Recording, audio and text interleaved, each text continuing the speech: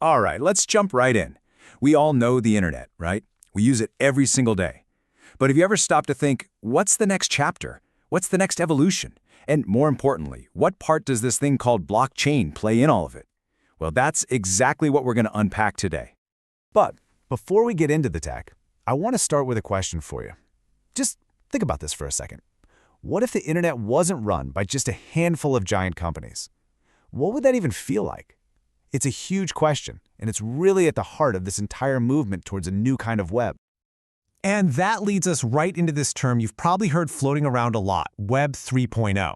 So what on earth is it? What are people actually talking about when they say Web 3.0?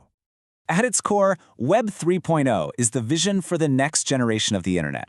And look, this isn't just a minor update like going from version 2.1 to 2.2. No, this is a total, fundamental shift in how the web is built. And the engine making it all possible? That's blockchain technology. But, to really get why this is such a game changer, we first have to talk about the problems it's trying to fix. So what's actually broken about the internet we use right now, the one we call Web 2.0? Well, the problem, really, could be boiled down to a single word: centralization. And you can really see the difference side by side here. On the left, you have Web 2.0. Everything, and I mean everything, runs on centralized servers. For those of you familiar with traditional relational databases, you know the model. All your data, your photos, your identity, it all lives in one company's database. This creates a single point of entry, a single point of failure, which, you guessed it, makes it a massive, glowing target for hackers. This quote just hits the nail on the head. The very thing that makes this system so efficient, having everything in one place, is also its greatest weakness. If a bad actor gets the keys to the kingdom, they get access to the entire system. We've all seen the headlines about massive data breaches at huge companies, right? That's a direct result of this exact vulnerability. Okay, so if centralization is the big bad guy here, what's the fix? How does blockchain technology actually step in and solve this mess? The answer, in a word, is decentralization. It flips the whole model on its head. Instead of one company controlling everything from a central server, a blockchain is a database that's distributed. It's spread out across a whole network of computers. There's no single boss, no central point of control. Every single person on the network holds a copy. So here's how that creates this incredible security. When you join the network, you download a complete copy of the ledger. And whenever a new transaction happens, it gets recorded and verified on everybody's copy, all at once.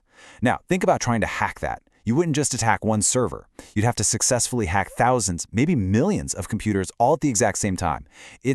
Well, with today's technology, it's pretty much impossible. This security is amazing, for sure. But what does it all mean for you as a user? I mean, how does this actually impact your day-to-day life online? Let's talk about the real-world impact. And this is where it gets really exciting. In this new Web 3.0 world, you actually own your data. It is yours. It's fully encrypted and it belongs to you, not some giant corporation. That means no central companies can just sell your information or spy on your activities without your permission. You're in the driver's seat. You decide what to keep private, and hey, you could even choose to share some of it with advertisers in exchange for small payments. The power dynamic completely shifts back to you, the individual. This whole idea of data ownership is a massive piece of the puzzle, but it's part of an even bigger vision. So the next question is, who gets to build and participate in this new web? Is it another exclusive club? The answer is so simple, but it's totally revolutionary. No permission is required. That's it. Most blockchains are, by their very nature, permissionless. This means anyone, and I mean anyone, anywhere in the world can use the network. They can create an account, build an app on top of it, and they don't have to ask a single gatekeeper for approval. So let's pull all these threads together for a second. We have decentralization, true data ownership, and open permissionless access.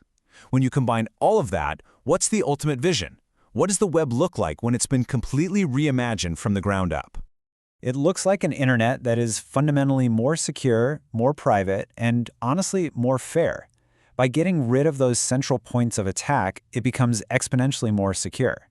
By giving you the keys to your own encrypted data, it becomes private by default. And by being open for anyone to use and build on, it creates a much more level and equitable playing field for everybody. And that really leaves us with this one last incredible question to chew on. Once the fundamental rules of the game have changed, once the web is truly open and owned by its users, what will we build? What new ideas, new companies, and new ways of connecting will emerge? The canvas is basically blank, and we're just starting to paint. Hey, if this breakdown helped things click for you and you have a better grasp of the vision behind Web 3.0, do me a favor and hit that like button. Share it with someone you think might find it interesting, and definitely subscribe for more deep dives into the tech that's shaping our world. Thanks so much for joining me.